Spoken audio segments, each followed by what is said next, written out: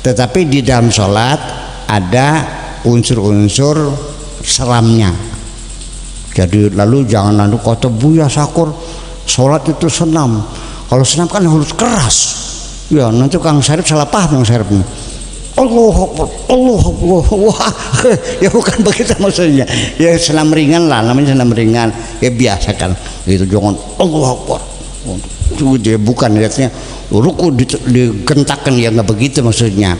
Tetap kita gerakan-gerakan halus, tapi itu sudah memakna bahwa urat-urat kita, saraf-saraf kita, telapak kaki kita semuanya dilakukan namanya refleksiologi semacam itu.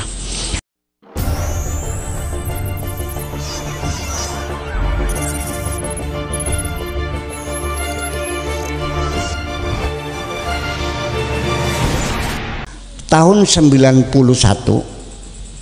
saya masuk di toko buku Gramedia di Salemba. Saya biasa kalau ke kota itu selalu tidak pernah lupa mampir ke toko buku apa saja. Di situ saya melihat ada gambar telapak kaki gitu. Buku apa ini? Saya buka. Refleksiologi, buku tentang refleksiologi. Ternyata dari buku itu bahwa semua jaringan saraf yang ada tubuh kita, telinga, mata, hidung, ginjal, paru-paru, itu semuanya berujung pada telapak kaki. Dulu baru muncul bukunya juga, saya pelajari. Dan saya praktekkan ke anak-anak santri waktu masih di Tulungagung tuh. Di mejanya pakai pentol korek tuh, atau pakai kayu yang dihalusin, ujungnya dipejat mata di bagian jempol. Bagian jempol kanan ditekukan jempol di ruas terakhir jempol kaki di sini. Itu adalah ini. Kemudian perut itu di kekosongan kaki. Kekosongan kaki itu ya yang situ. Cok kita perhatikan ketika kita ini duduk sholat, apa yang terjadi? Kaki kiri diselapin ke kanan, diinjak sama garis, betul nggak? Jempolnya ditekuk nggak? Tekuk. Pinggangnya ketarik nggak? Itu senam ringan sebetulnya mah. Ya, senam ringan luar biasa. Di samping itu juga punggung kita dengan ruku itu menjadi tapi saya tidak mengatakan sholat itu senam ya, tetapi di dalam sholat ada unsur-unsur seramnya.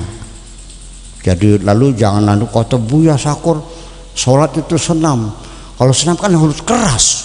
Ya nanti Kang Syarif salah paham Kang Syarif. Allahu Akbar, Allahu Akbar. Wah, ya bukan begitu maksudnya. Ya senam ringan lah, namanya senam ringan. Ya biasa kan. Itu jangan Allahu Akbar. Itu dia bukan lihatnya ruku digentakkan, ya nggak begitu maksudnya. Tetap kita gerakan-gerakan halus, tapi itu sudah memakna bahwa urat-urat kita, saraf-saraf kita, telapak kaki kita semuanya dilakukan namanya refleksiologi semacam itu.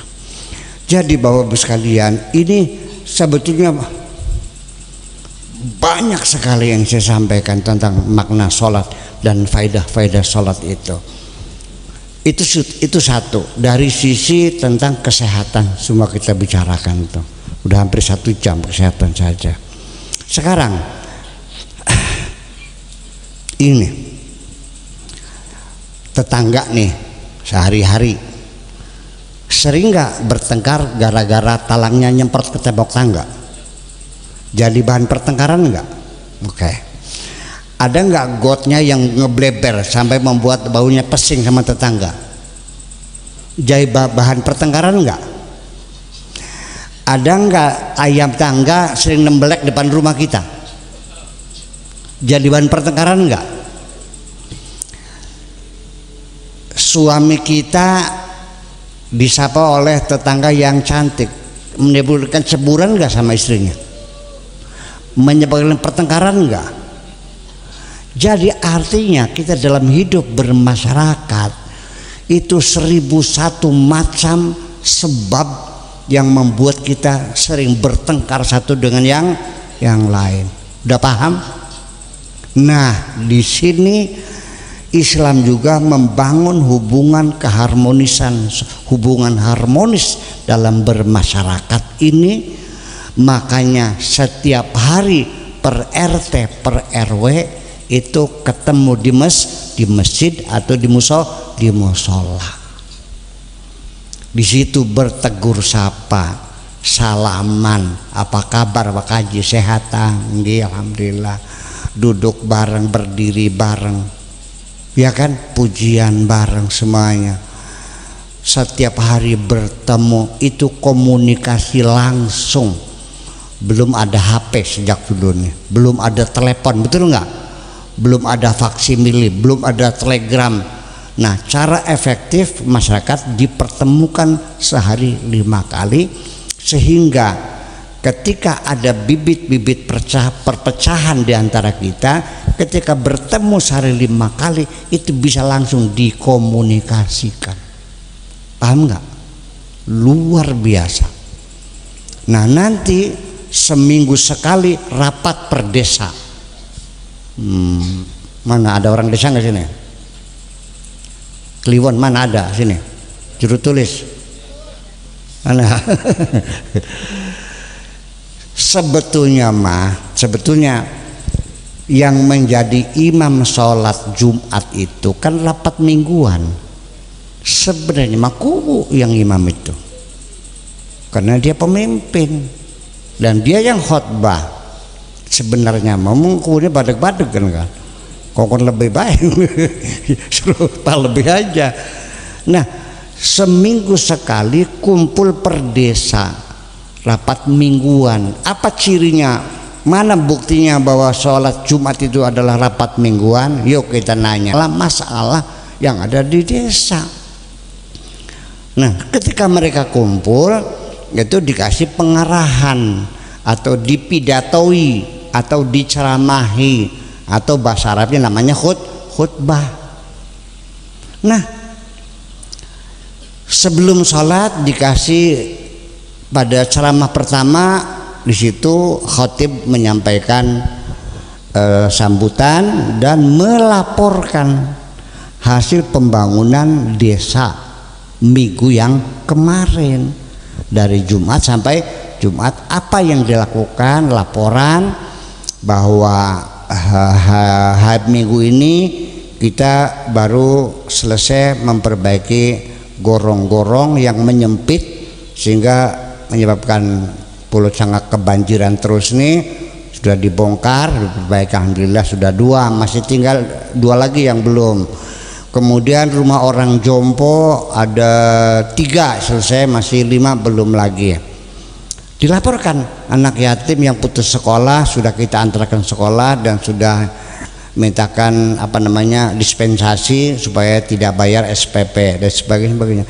Yang sakit melahirkan sudah sehat, dilaporkan. Itu namanya tausiah bittaqwa, itu begitu.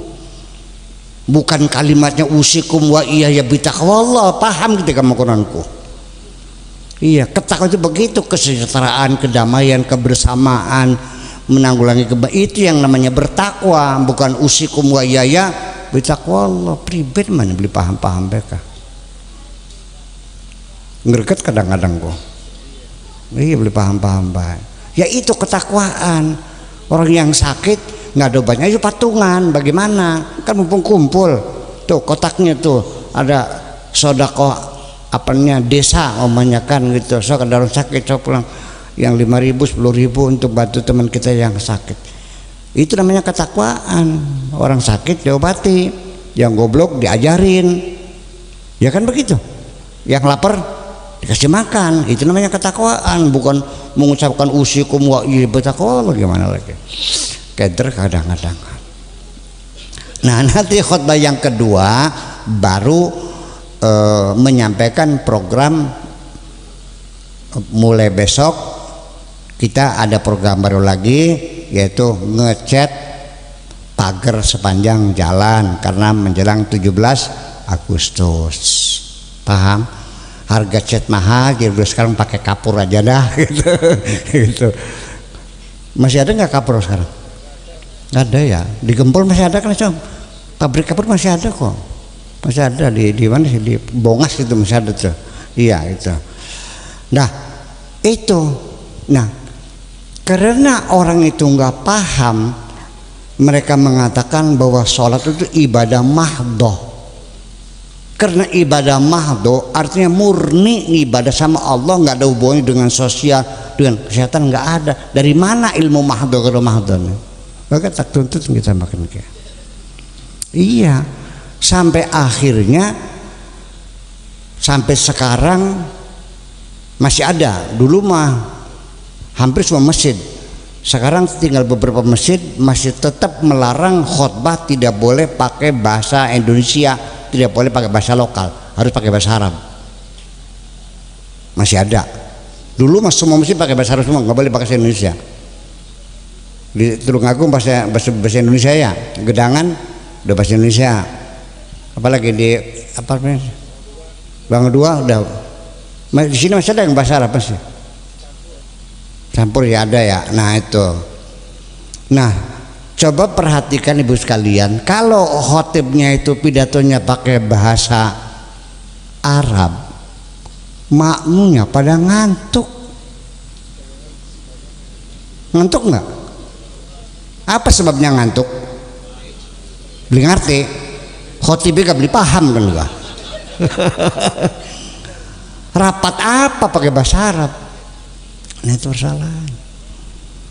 Ya itu kadang-kadang kita menjadi tidak membumi, agama itu tidak membumi, tidak berakar. Jadi di awang-awang kan enggak, kayak layangan enggak, layak beli karuan, iya. Membumi kita manfaatkan begitu. Jadi artinya ya khotib-khotib juga sebetulnya bukan memanggil khotib dari desa lain, orang situ sendiri menyampaikan, terutama orang desa semacam itu. Jadi artinya bahwa banyak sekali ibadah-ibadah yang sesungguhnya untuk kita akhirnya karena ibadah mahdoh, berarti artinya tidak ada sangkut pautnya dengan dunia. Dikiranya gimana lagi kesehatan, hubungan sosial. Nah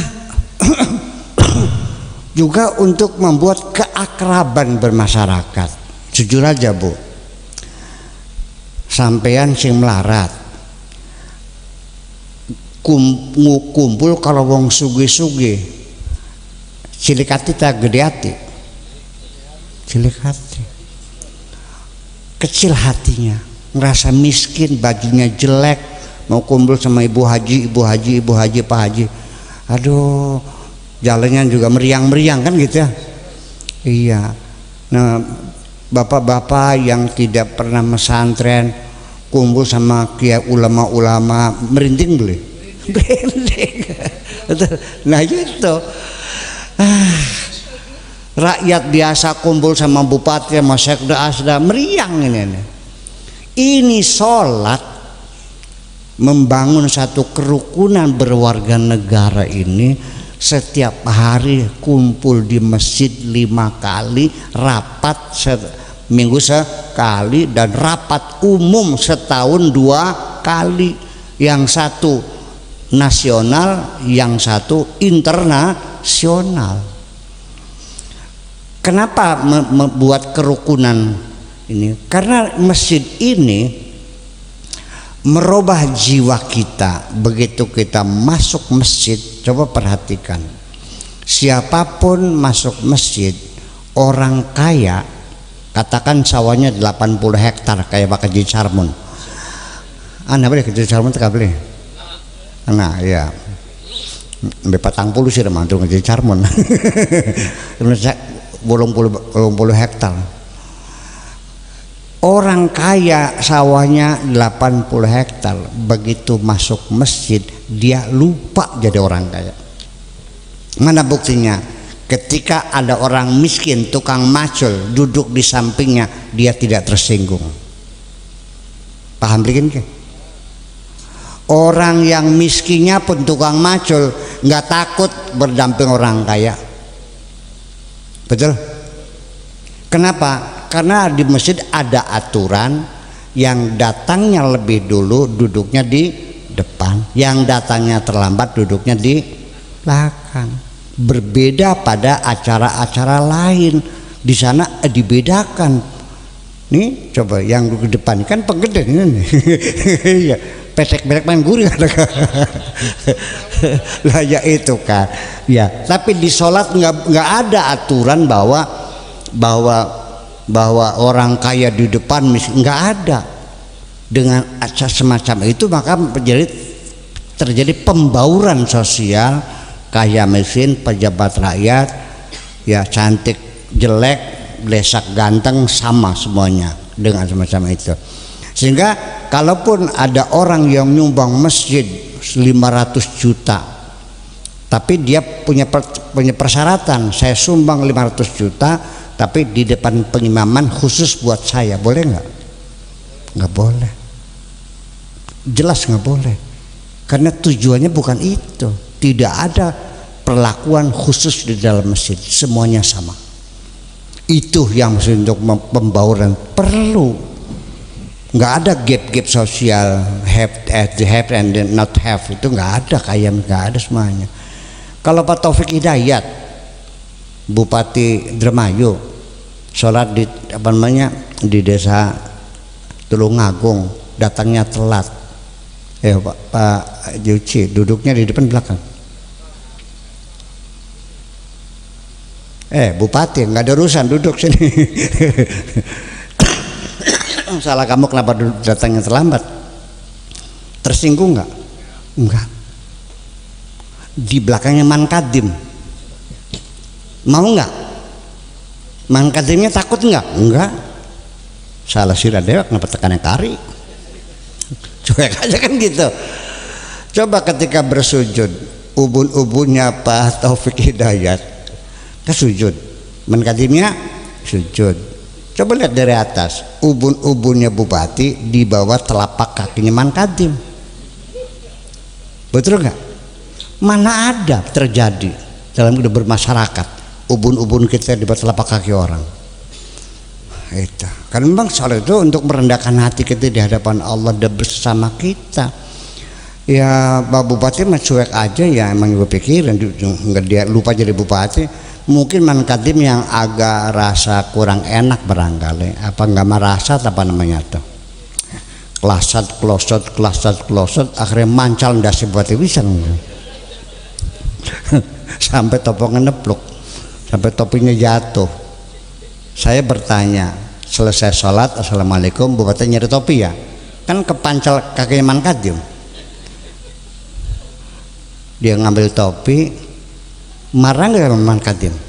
Enggak, malah justru sangat bersahabat, sambil tertawa terbahak-bahak, ditepak penunduk sama bupati kan gitu. Ya kan begitu, betul enggak? Aduh punten pak, disengaja, mereka disengaja kan enggak? Artinya bahwa keakraban masyarakat ada dalam sholat itu. Nah kenapa ini tidak dijiwai? Malah justru saya sangat menyesal sekali, banyak orang yang rajin sholat berjamaah tapi juga bertengkarnya juga rajin. Kenapa? Nah itu persoalan tidak menjiwainya, paham kan? Jadi pada akhirnya mah Bapak sekalian, sekali lagi memperingati Isra Mi'raj ini bukan hanya mengenang, tapi malam ini kita mensyukuri kepada Allah bahwa kita diberi kewajiban sholat untuk kebahagiaan kita semuanya. Amin.